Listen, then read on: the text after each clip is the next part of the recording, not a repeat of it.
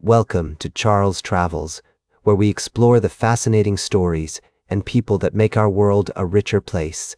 I'm your host, Charles, and I'm delighted to share with you today's top story. As we travel through the landscape of American culture, we often come across larger-than-life figures who leave an indelible mark on our collective imagination. One such figure was Terry Bollea, better known to us as Hulk Hogan, a towering presence in the world of professional wrestling.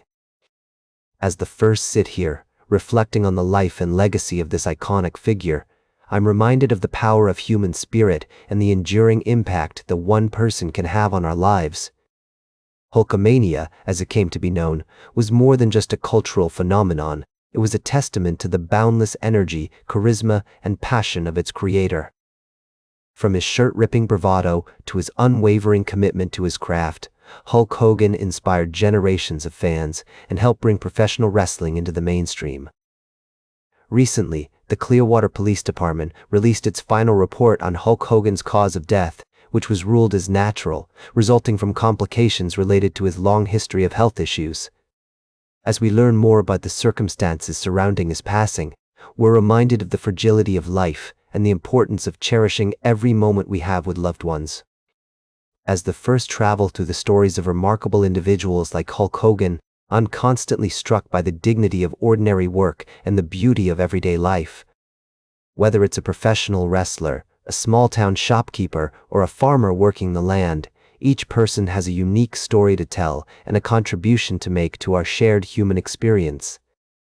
As we take a break from our journey today, I invite you to reflect on the people who have made a difference in your life. Those larger-than-life figures who inspire us, motivate us, and remind us of the power of the human spirit.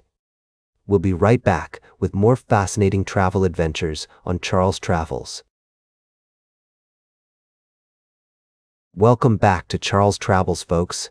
We're diving into the exciting world of sports, specifically track and field, as we explore the latest from the OHSAA state championships. It's been an eventful couple of days with athletes from all over Ohio showcasing their talents in various divisions. Let's start with Division 1, where we saw some incredible performances.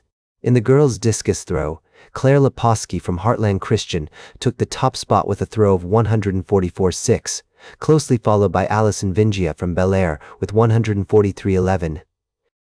Meanwhile, in the boys' shot put, Brewer Tomlinson from Beaver Eastern dominated with a throw of 59.7.5, edging out Parker Bell from Malvern, who achieved 59.0.75.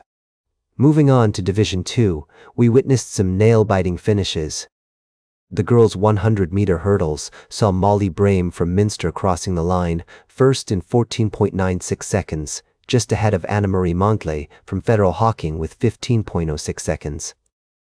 On the boys' side, Carter Frater from Macomb won the 110-meter hurdles in 14.52 seconds, narrowly beating Gavin Baxter from Columbus Grove, who clocked in at 14.55 seconds. Division 3 and Division 4 also had their share of thrilling moments, with records being broken and personal bests achieved.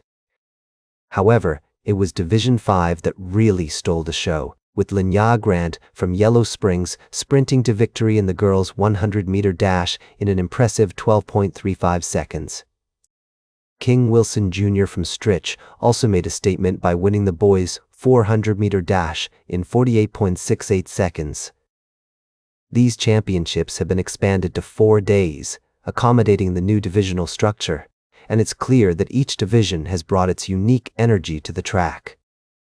As we wrap up our coverage of the OHSAA Track and Field State Championships for today, remember that there are still more stories to come from this eventful week in sports. Welcome back to Charles Travels, as we conclude our journey today with a story that takes us down a different path, one of intrigue, investigation, and the complexities of national security. You might recall the stir surrounding an internal FBI memo from 2023 known as the Richmond Memo, which explored connections between ethnically motivated violent extremists and radical Catholic views. This document, born out of the FBI's Richmond field office, aimed to shed light on a potentially volatile intersection of ideology and violence. However, the memo's existence and its eventual withdrawal sparked controversy, drawing ire from allies of President Trump, who saw it as evidence of bias against Christians with conservative values. An internal investigation into the matter found no malicious intent, but determined that the memo failed to meet certain standards and contained errors in professional judgment. Despite this, the analysts involved in crafting the memo have faced significant repercussions, including the recent news that at least 5 of them have been fired by the FBI. This turn of events has been met with concern from various quarters, with organizations like the Justice Connection expressing alarm over what they perceive as a culture of fear within the agency. The argument is that such actions could lead to analysts being more hesitant to explore sensitive or politically divisive topics, potentially creating blind spots in the threat landscape and leaving policymakers underinformed. As we navigate this complex narrative, it's essential to consider the broader implications for national security, individual freedoms, and the delicate balance between investigating potential threats and respecting religious and ideological diversity. The firings of these analysts are part of a larger pattern of removals within the FBI, involving cases and matters that have been opposed by the Trump administration, adding another layer of complexity to an already fraught situation. As we reflect on this story, it invites us to ponder the intricate dance between security, freedom, and the role of institutions in maintaining that balance. It's a reminder that, in the world of national security, decisions can have far-reaching consequences, affecting not just individuals, but the fabric of society itself. That's all for today's Charles Travels. Remember to like, share, and subscribe, and until next time, keep on traveling.